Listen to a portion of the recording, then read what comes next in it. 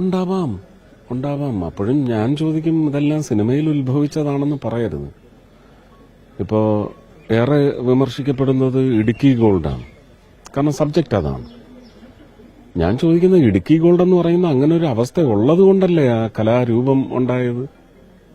അല്ലാതെ ഇത് വായുവിൽ നിന്ന് ചിന്തയിലൂടെ ആവാഹിച്ചെടുത്ത് നിങ്ങൾക്ക് സമ്മാനിച്ചതാണോ? അല്ലല്ലോ.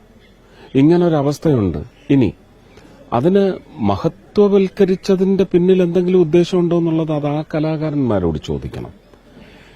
നിങ്ങൾ മഹത്വവൽക്കരിക്കുന്ന ഒരു പ്രവണത ഇത് അപകടമായി തീരാൻ പോവുകയാണ് എന്ന് പറയുന്ന ഒരു സൂചികയോ ഒരു പട്ടികയോ അല്ലെങ്കിൽ ഒരു വലിയ അപകട സൂചനയോ നൽകിയില്ല.